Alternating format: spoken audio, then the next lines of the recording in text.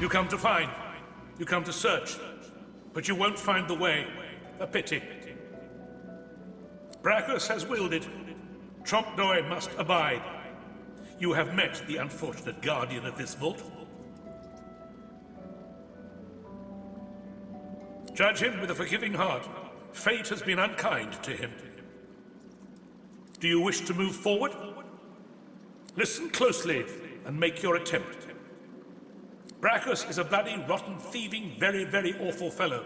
Some even call him a cur. A cur is...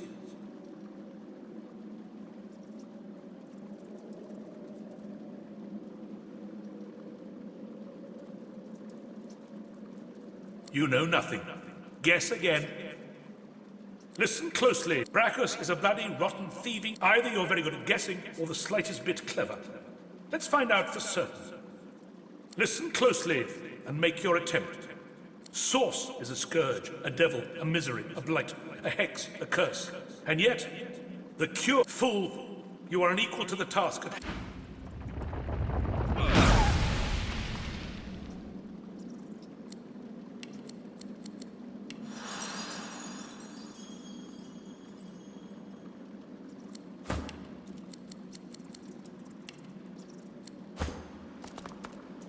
Slowly, gravely, he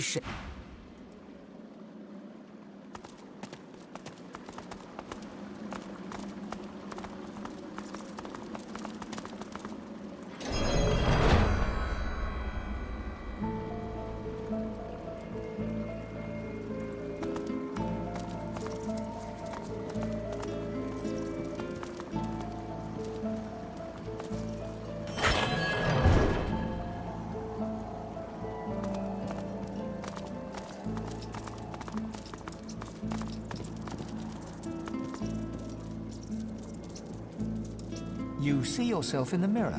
It's quite a sight.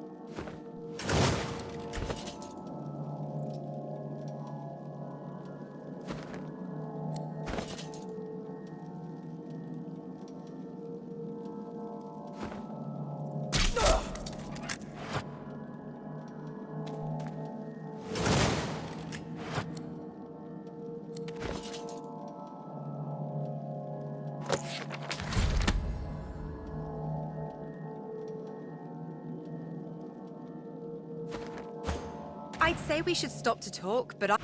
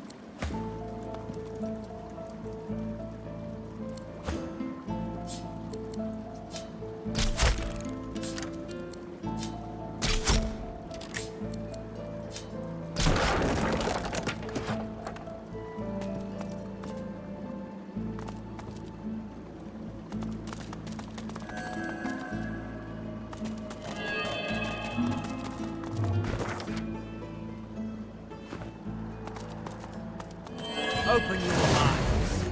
Time to die.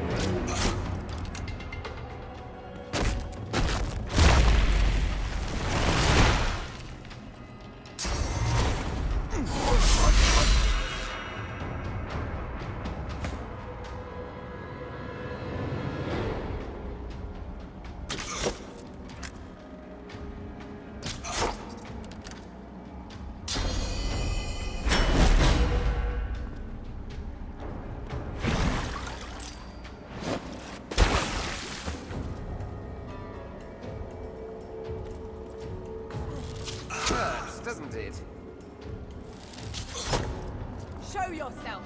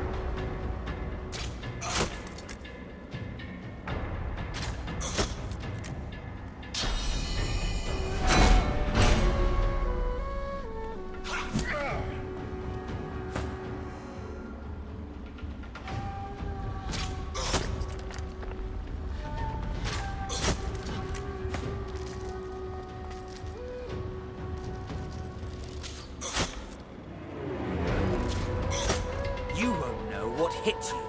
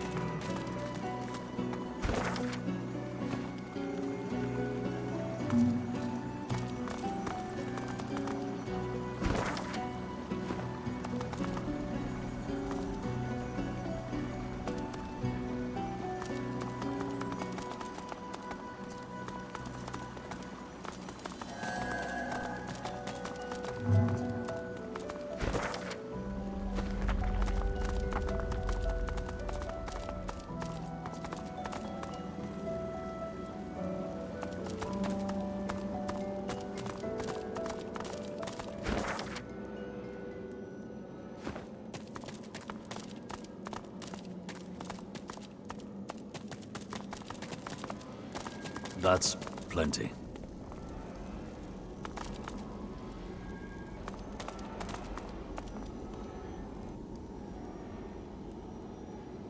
The jar on the plinth before you seems ancient, but is in surprisingly good condition. It's covered in pictograms that you can't understand, but you're sure you just saw one of them move.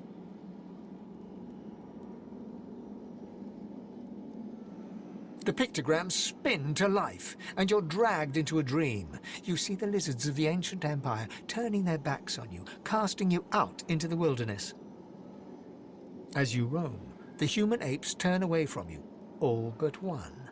One smiles, one opens his arms, one says he'll take you home. Brachus Rex. He promises power for a price. He picks off your golden scales, one by one, stripping you down to the bone. He promised you a crown, but all you got was shackles.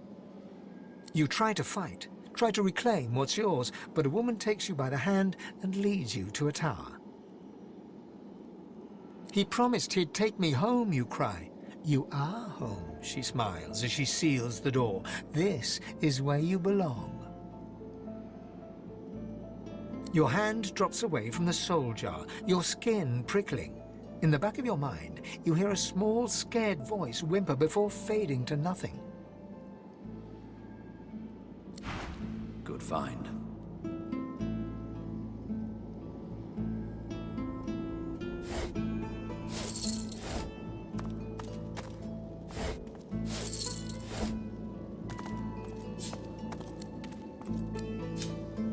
The soul jar stands on its plinth, glowing softly.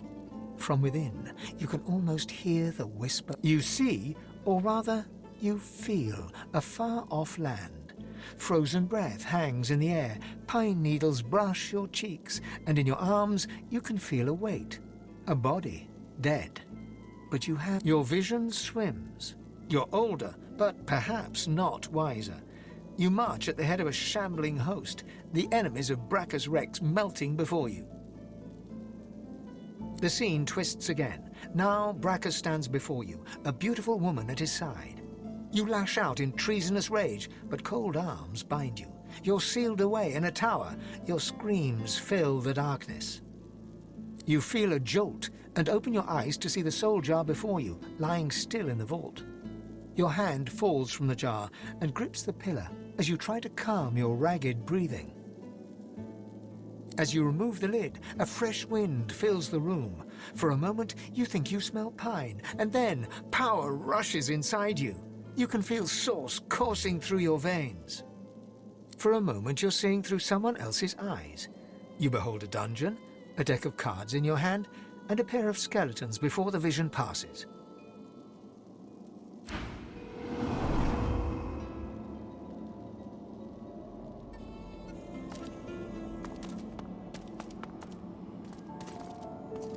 The necromancer's memories fade to black, but the feelings remain.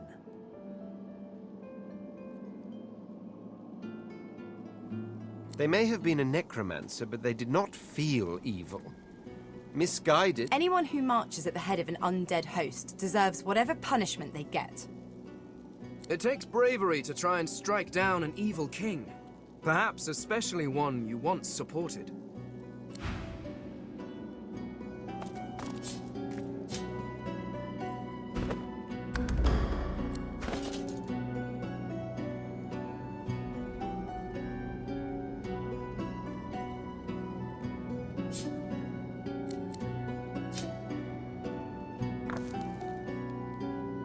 The pictograms on the jar stand fixed and still.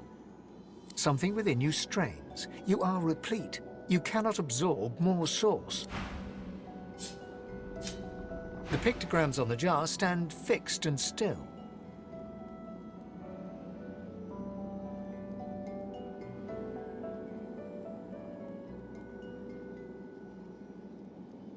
You see a shape emerge from the ruins of the broken jar, a lizard in the finest necromancer robes. It grudgingly nods at you as it starts to fade from the mortal realm. Farewell to flesh, farewell to bone, farewell.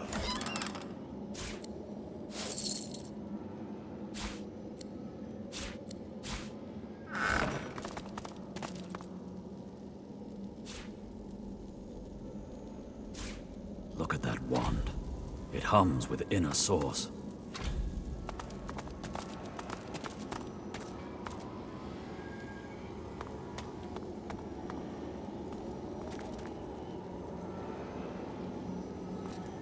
This jar glitters and glows. From within, you think you can make out the distant sound of laughter. With a jerk, your mind is pulled to a scene in a tavern. You see a dwarf in the center of the room, joking us all around roar with laughter. All bar the zombies, who are slavishly serving food and drink. The door opens, and a tall, beautiful woman stalks into the room. She's flanked by heavily armed guards. You can't make out her words, but see the fear in the dwarf's eyes. The dwarf mutters a word, and the undead lurch towards the intruder, but are cut down like wheat. The dwarf tries to run, pushing her friends into the woman's path, but is grabbed before she can escape. As she's dragged away to a tower, you hear her cursing Brachus Rex and his whore. Even when she's thrown inside and the door sealed, you can still hear her shouts. You pull your hand away from the jar, your head swimming. You can feel the dwarf's cold terror still twisting in your gut. Something inside you strains. You are replete. You cannot absorb. The vision fades.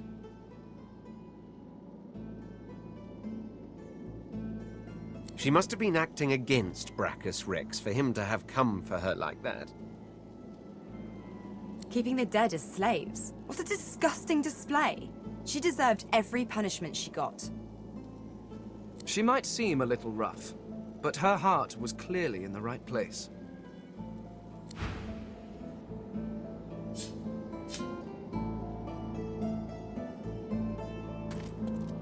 The jar seems quieter now. It sits still.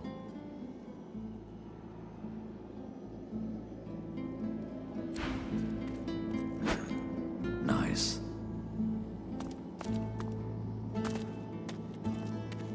jar before you may have looked opulent once, but no longer. Now it's covered in grime, its paint chipped away, and its jewels long stolen.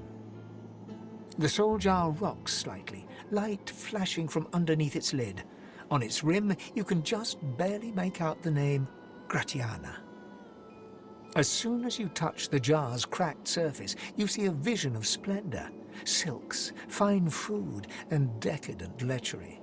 But underneath the vision shifts. You see burning villages, slaughtered women and children. You see her, purging wand in hand, standing amongst it all. She throws her head back and laughter echoes in your skull.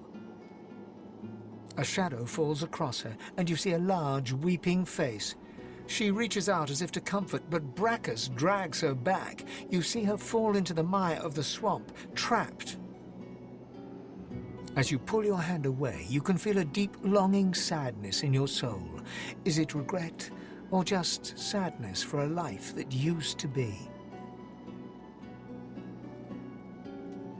Gratiana's soul flits through the air, eyes wild and desperate. She turns to you as her spirit starts to fade from this world. But I'm not ready. No, you can't. No!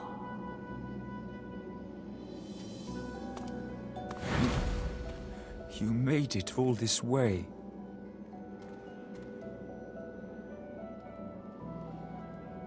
He trembles and seems to shudder with a quiet sob. I'm cursed, you know. Bloody Brachus bound me here to protect his vault. He has my soul in that jar just there, and I can't leave without it. As long as the jar stays unbroken, I can never truly die. I don't rightly know. This was the Source King's way. Befriend you, then destroy you.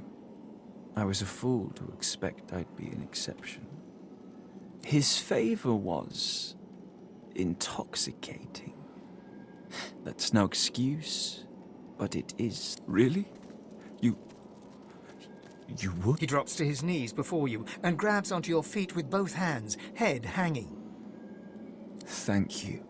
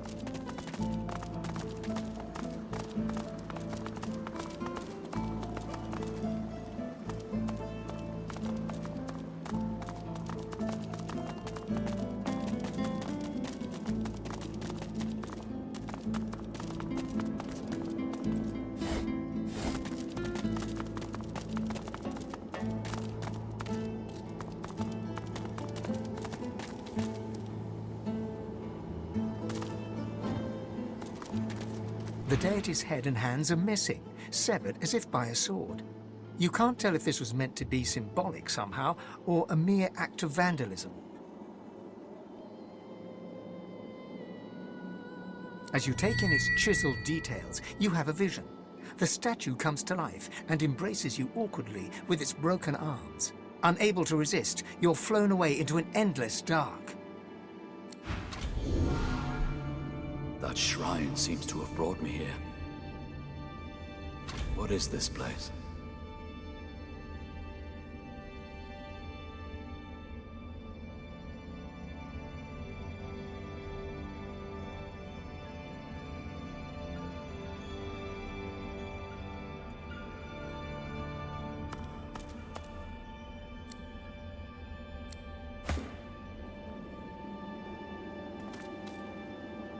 The deity's head and hands are missing, severed.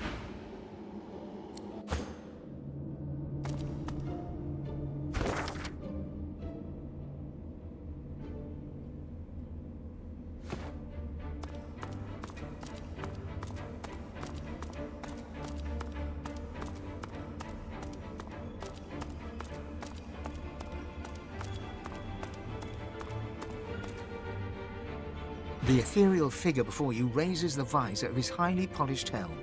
Beneath it, his handsome face is weary, yet his eyes burn fierce and bright. He glowers at you with disgust. You pray not at my shrines. Can't say I'm surprised. You, my most wayward cub.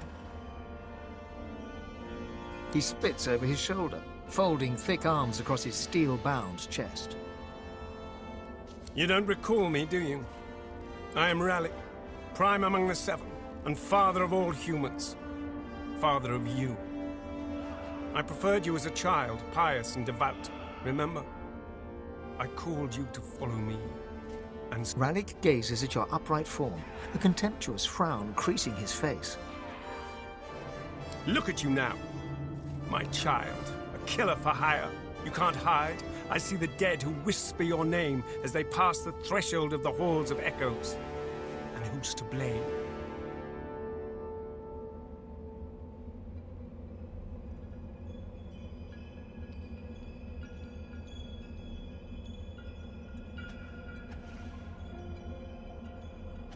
Yet what blame can the gods take for the actions of men? The gods didn't make you into a mercenary. But nor did the gods make you refuse to kill that elf in Fort Joy. Oh yes, I know about that. You're a paradox, Ifan. And who's responsible? He stares deeply into your eyes. As you gaze into his deep green eyes, you feel your whole consciousness following. You notice every shade of stone within, from iridescent emerald to flecks of grey. The verdant pools encompass you. There is nothing else, nothing but Rhalic's eyes. Suddenly, a vision coalesces. You see yourself, the bright and zealous crusader you once were. You are breathless, scouting through deep forest. You are racing with a message of utmost importance for the elven people. You make it to civilization. Too late. An explosion devastates the beating heart of the elven city. Ancestor trees thud to earth, strong trunks crack even louder than the horrified screams. A fetid miasma pulls the air.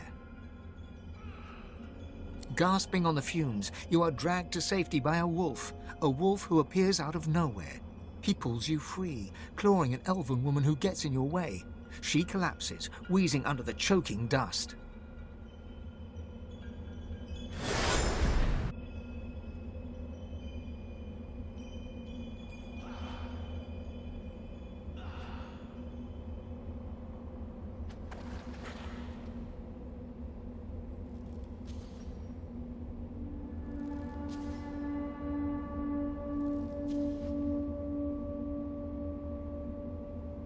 She clutches your ankle with her hand, gripped tight as a vice. As you reach down to help, her hand falls away, lifeless. Through the haze, the death fog, you see her dead eyes, black and staring.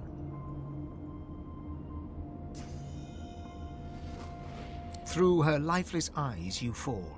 You see them, Legion. The thousands slain that day, those you were too late to save. The hundreds slain by your own hand since then. Mountains of corpses and rivers of blood. You see the motherless children left behind. The scarred slaves sold to the highest bidder. Choices you made. Contracts you took. The army of the lost gaze at you silently, their loathing and reproach palpable. Encased in pitch black of deadest night, you know not which way is up and which way down. Vertigo spins your senses as you see the consequences of each choice you made, one damning choice after another. The guilt you tried to escape from lies here, bare, throbbing. It was waiting for you here all along, in this filthy chamber at the base of your rotten heart.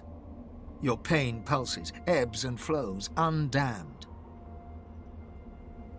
You widen your eyes, striving to see further, but a stinging slap drags you back to reality. Rhalic stands before you, gimlet eyes hard now. He slaps you again, harder. Pity won't bring them back. Nothing can bring them back. But you can yet come back yourself. Long ago, you turned your face away from all that is light. Turn back to me, and you could yet save others, could save all. Rhalic slaps you again, full force. He stares into your eyes with challenge. That's what I'm looking for. That Crusader courage. The courage to stand up for what's right. Rhalic punches you full in the face. You feel a familiar sensation as the delicate bones of your oft-broken nose give way. He catches your arm in one vice-like fist and dangles you above the ground. He laughs and shakes you like a rag doll. You feel rage surge within you, barely containable. Feel it electrifying the blood in your veins, pumping through you. You feel like yourself.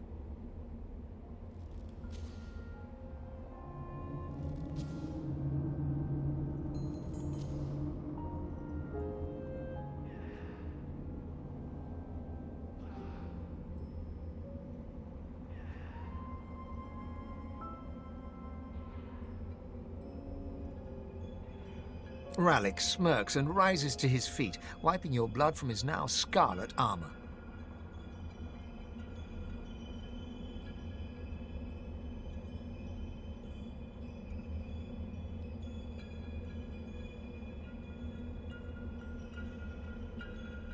That's it, Ben Mesd. That fierce spark of zeal is why I chose you, why I saved you from that sinking ship. You tried to hide it behind apathy, but the light shines through. Embrace who you really are. Why did you become a Crusader in the first place? You heard my call, not Lucian's. So fight for me. I need you. The Seven didn't abandon Rivlon. We are trapped here, powerless and squabbling. You, ruthless son of humanity, you will be my champion in the world. You are my God-woken.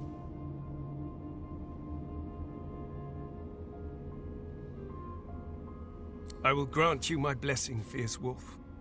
It will aid you on the path out of this place. And then, we will have words again. Rhalic steps towards you, solemn of face and bearing. He raises his right hand and presses it upon your heart. A surge of warmth and well-being rushes through you. You may have noticed I've tried to help you on your journey. I blessed the water beneath your feet, so that it would aid you. Now, you have the power for yourself. And this is only the beginning. More and greater powers await you, if only you will seek them. Only one like you can wield them. Now go, God-woken. Go with my blessing. Let it remind you always of who you are. My Crusader. In time, I will ask more of you. But now, your goal is simple. Survive. Escape the grasp of those who would imprison you, who would break you, who would limit your true potential. My child, you and you alone must rise above the reach of minor people. But before you lope away, let me ask, You are traveling with company, yes? Be aware, they are not your friends. They are your rivals. They are God-woken too. But you are the one who will be a god, none other. Keep your claws sharpened and your eyes bright and keen. See everything from two sides. Take the wolf that saved you, that follows you so dutifully. Watch him. The wildest animals often turn and bite the hand that feeds them. Oh, and Losa, that pretty little one you think of at night. Kill her now. And until we meet again,